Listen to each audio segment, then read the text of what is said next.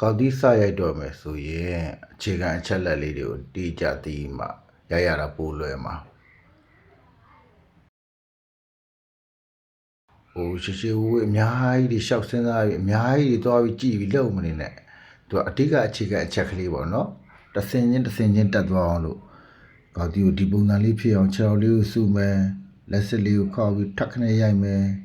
ရှေ့မှာဘယ်လက်လေးဆက်မယ်ဒီပုံစံလေးပေါ့နော်ဒီပုံစံလေးဒီအခြေခံလေးကိုရအောင်ပိုင်အောင်လုပ်တာအဲ့မှာနောက်လက်စစ်လေးချိုးတဲ့အခါမှာဘောလုံးလေးအထိကောင်းတယ်လက်စစ်မချိုးရင်တွန်းလိုက်တယ်လို့ဖြစ်မှာဆိုလို့နော်လက်စစ်ကိုပါလေးချိုးဝေးထားရတယ်ချိုးပြီးဖက်ခနဲ့ဆိုဘဲအဲ့ထက်ခနဲ့ဆိုဘဲလက်လေးကိုအဖြောင်လေးရိုက်လိုက်ရတာတက်လားဘဲကိုလည်းအဖြောင်လေးရိုက်လိုက်ဘဲကိုမဖြောင်ရင်သူက chicken wing ဖြစ်သွားမှာဆိုလို့အစာပိုင်းနေကအချက်လက်စုံအောင်လုပ်ထားရတယ်ဖြည်းဖြည်းလေးရိုက်တဲ့ခါမှာကိုအချက်လက်စုံအောင်လုပ်ထားရတယ်လူငြိမ်အောင်လူမယံအောင်လောစင်ပါလိအကွေးကောက်တွေဖြစ်မှာဆိုလို့ခြေထောက်လေးကိုစုထားရတာလက်စလေးချိုးတက်အဲ့ချိန်မှာခေါင်းလေးကိုကြည့်ခေါင်းလေးကငြိမ်နေခေါင်းလေးကဒီမှာအဲ့ကောက်သီးမှာပဲရှိတယ်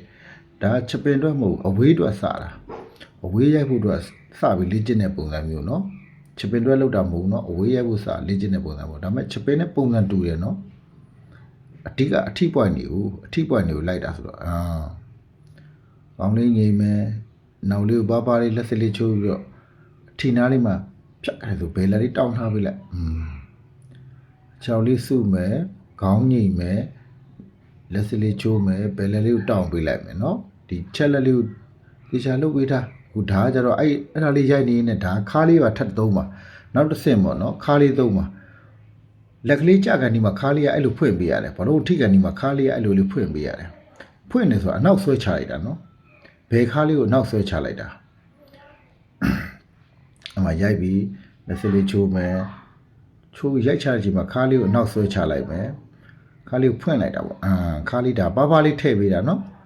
နောက်ပိုင်းကျအဲ့ထက်တောင်ထည့်အောင်မခါဒါအစာပိုင်းလေးမဟုတ်လို့အစာပိုင်းလေးမှာခေါင်းလေးငိမ့်မယ်ခါးလေးထည့်ပေးမယ်လက်ကလေးကတောင်းထားမယ်လူလေးကဒါမှတဖြည်းဖြည်းပါဝါနဲ့ရိုက်တဲ့ခါလေးလူငိမ့်လာအောင်ခြေထောက်လေးစုဝေးထားတာထက်ခနဲ့ခေါင်းလေးကလည်းငိမ့်မယ်ခါးလေးကလည်းဖွင့်ပေးမယ်ညာဘက်ခြေထောက်လေးကအလိုက်တင်လေးလိုက်ပေးရုံပဲခါဖွင့်တဲ့အတွက်ညာခြေထောက်လေးကအလိုက်တင်လေးလိုက်ပေးရုံပဲဘယ်ကတော့ဒီတိုင်းမရှိရမှာပေါ့နော်ဘယ်ခြေထောက်ကဒီတိုင်းမှာကတ်ထည့်ထားတာ line နဲ့ကိုထည့်ထားတာ line နဲ့ဝင်အောင်ထည့်ထားတာလူလည်းအငြိမ်လေးနဲ့လူအငြိမ်လေးရိုက်တာပေါ့နော်ဒီအချက်လက်လေးရအောင်လုပ်ထားလိုက်အောင်ပြီးမှတစ်စင်ချင်းနှစ်ရက်ကိုတစ်ချိန်တင်ပေးပါမယ်ဖူရှိန်ဆွဲတဲ့အထိတင်ပေးပါမယ်တစ်စင်ချင်းနော်ဒါလေးကို3-4ရက်လောက်တော့ခေါင်းသီးထိကောင်းကျင့်ပေးရမှာ3-4ရက်လောက်ကျင့်မှတော်လောက်ကြမှာမဟုတ်ဆိုမရဘူး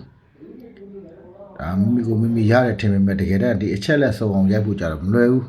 အဲကြောင့်ဘလုံးကထိချင်ရထိဦးမှာအခြေခံလူတွေအတွက်ပြောတာနော်ရိုက်နေကြရိုက်ဖူးကြလူတွေကတော့ပြဿနာမရှိဘူး